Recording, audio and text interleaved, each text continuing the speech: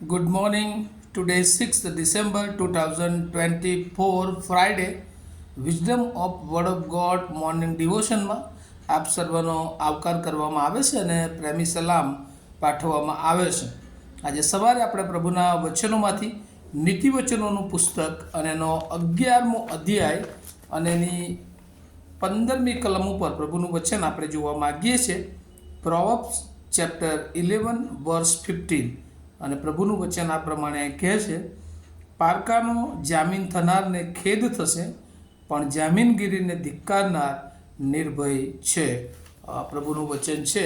અને હમણાં આપણે ખાસ સુલેમાનના જે નીતિ વચનો જોઈ રહ્યા છે, જે વ્યવહારિક જીવન અને જે આ પૃથ્વી પરનું જે આત્મિક જીવન અને પૃથ્વી પરનું જે વ્યવહારિક જીવન છે, એમાં કેટલાક નીતિ વચનો એ સૂચનો આપે છે.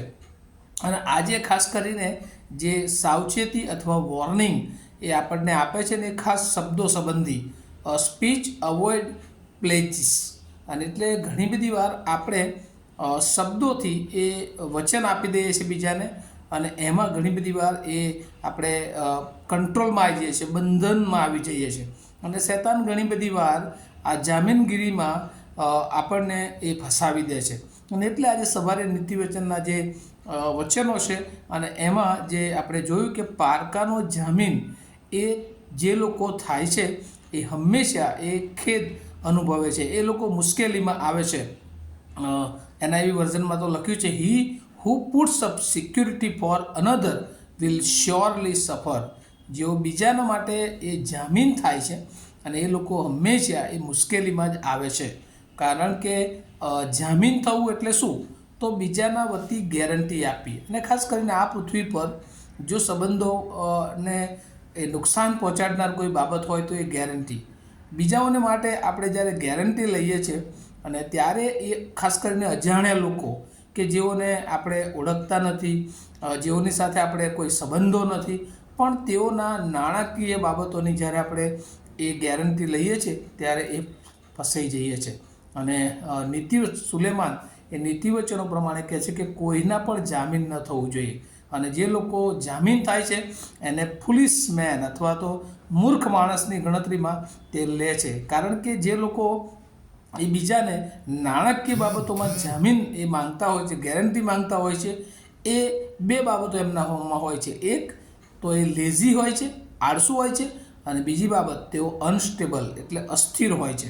અને એટલે જ્યારે કોઈ અસ્થિર માણસ હોય, કોઈ આળસુ માણસ હોય, એને જો તમે આ રીતે ગેરંટી આપો છો તો પછી એક દિવસ એ તમારે ફસાઈ જવાનો વખત આવે છે. અને આ રીતે એ જે સુલેમાન જણાવે છે કે બની શકે ત્યાં સુધી કોઈના નાણાંનું જામીન ન થવું જોઈએ. કારણ કે જામીન થવાથી એ સંબંધો બગડે છે. ઘણી બધી વાર મિત્રતા એ નુકસાન સંબંધો પર અસર કરે છે, કૌટુંબિક સંબંધો બગડે છે. અને એટલે બની શકે ત્યાં સુધી નાણાંની કોઈ બાબતમાં એ જામીન અથવા શ્યોરિટી આપવી ન જોઈએ. અને એના માટે સુલેમાન એ કહે છે કે જો તમે ચાહો તો બીજાઓને મદદ કરી શકો છો, એ બાબત ખોટી નથી. બીજાઓને આપણે મદદરૂપ થવું જોઈએ. બીજાઓની જરૂરિયાતો જો આપણી પાસે છે તો ચોક્કસ એમને મદદરૂપ થઈને જરૂરિયાતો પૂરી પાડવા માટે એમને મદદ કરવી જોઈએ, પણ એમના જામીન એ થવું જોઈએ નહીં. કારણ કે જ્યારે જામીન થઈએ છીએ ત્યારે એ આપણે એ ફસાઈ જઈએ છીએ. એટલે આ બે બાબતોથી બચવાને માટે જીવનમાં સુલેમાન જે શિક્ષણ આપે છે, એક કે આપણો સેલ્ફ કંટ્રોલ હોવો જોઈએ, પોતાની જાત પરનો કંટ્રોલ. આ એક પ્રકારની મહત્ત્વની બાબત છે કે પોતાના જાત પર કંટ્રોલ રાખવો જોઈએ, મારે આ બાબત કરવાનું નથી. અને બીજી આ બાબતોથી બચવાને માટે સેલ્ફ ડિસિપ્લિન એ હોવી જોઈએ. પોતાના જીવનની એક શિસ્ત હોવી જોઈએ કે આ માર્ગે મારે જવું છે, આ માર્ગ મારો નથી, અને આ માર્ગે મારે જવું જોઈએ નહીં. અને એટલે જામીનગીરીની વાતમાં તો ચોક્કસ આપણે એ બાબતને અવોઇડ કરવું જોઈએ. કારણ કે જો એમાં સાવચેત નથી રહેતા તો ઘણા બધા લોકો આ દુનિયા પર જોઈએ છે કે નાણાંના કારણે એ બીજાના જામીન થયા હોય અને પછી એ લોકો ફસાઈ જાય છે અને એમનું જીવન એ જાણે કે કોઈક રીતે એ નુકસાન તરફ આગળ વધતું હોય છે. અને એટલા માટે આજે સવારે સુલેમાન જે વચનોમાં કહે છે કે પારકાનો જામીન થનારને ખેદ થાય છે. અને એટલે હંમેશા એ સફર એ મુશ્કેલીમાં આવે છે. But who ever refuse two strike hands કે જે લોકો એ બાબતનો નકાર કરે છે એ લોકો એ પ્લેસ ઇઝ સેફ, અને એ લોકો કહે છે કે સલામત એ રહી શકે છે. અને આ પૃથ્વી પર કહે છે કે શૈતાનનો આ પણ એક માર્ગ છે કે કોઈક રીતે નાણાંની ગેરંટીમાં શૈતાન એ આપણને ફસાવી શકે છે. એટલે આ પૃથ્વી પરમાં જો આપણે સેફ રહેવું છે આત્મિક રીતે અને આ પૃથ્વી પરના કેરેક્ટર જીવનોમાં, તો ચોક્કસ બને ત્યાં સુધી કોઈના જામીન થવું જોઈએ નહીં. ચોક્કસ મદદ કરવી જોઈએ, આપણે એના માટે પ્રાર્થના કરવી જોઈએ, પણ એ જામીન થવું જોઈએ નહીં. કારણ કે જામીન એ કોઈ અસ્થિર છે અને એ અસ્થિરતામાં તમે એના જામીન થાવ છો. તો આપણે જાણતા નથી કે કેમ અસ્થિર બન્યું છે, એની પાછળના કારણો કયા છે, પણ તેમ છતાં જો આપણે આંખો બંધ કરીને કોઈના જામીન થઈએ છીએ તો ચોક્કસ એ આપણે ફસાઈ જઈએ છીએ. અને બાઇબલ અને નીતિવચન સુલેમાન એ પ્રમાણે કહે છે કે આપણે કોઈના પણ એ જામીન થવું જોઈએ અને એના પૃથ્વી પર આપણા જીવનને આપણે સેફ રાખવાને માટે આપણે કોઈના પણ જામીન ન થઈએ. એ બહુ અગત્યની બાબત આપણને પ્રભુ સમજવાને માટે એની કૃપા આપે. આવું આપણે પ્રાર્થના કરીએ.